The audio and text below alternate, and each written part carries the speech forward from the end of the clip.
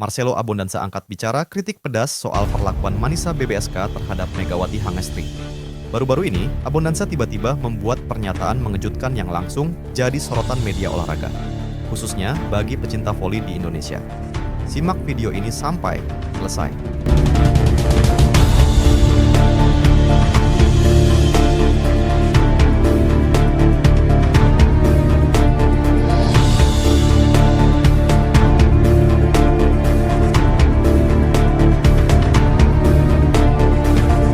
Marcelo Abondanza, pelatih legendaris voli putri asal Italia, akhirnya angkat bicara mengenai isu yang sedang ramai dibicarakan. Perlakuan klub Turki, Manisa BBSK, terhadap oposit asal Indonesia, Megawati Hangestri Pertiwi. Dengan rekam jejak panjang melatih tim-tim besar di Eropa dan tim nasional, komentar Abondanza kali ini benar-benar menyedot perhatian publik.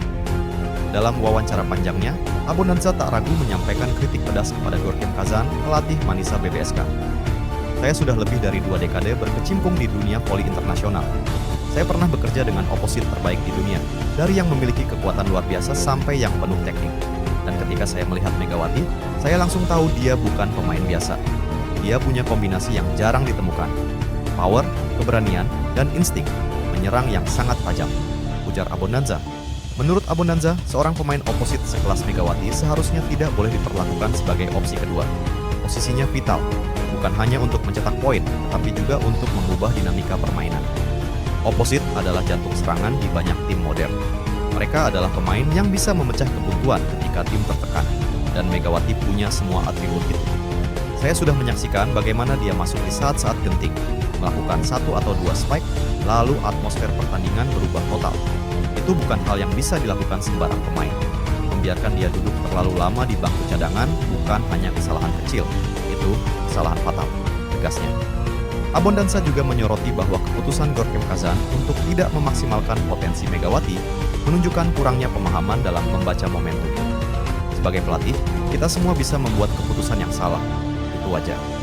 Tetapi ada keputusan yang benar-benar mengubah arah sebuah musim, dan menurut saya, tidak memainkan Megawati di saat-saat penting adalah salah satunya. Itu seperti Anda punya senjata pamungkas, tetapi Anda memilih menyimpannya di dalam kotak. Anda tidak akan memenangkan pertempuran dengan cara seperti itu, tambahnya. Ia juga menyinggung sisi mentalitas pemain.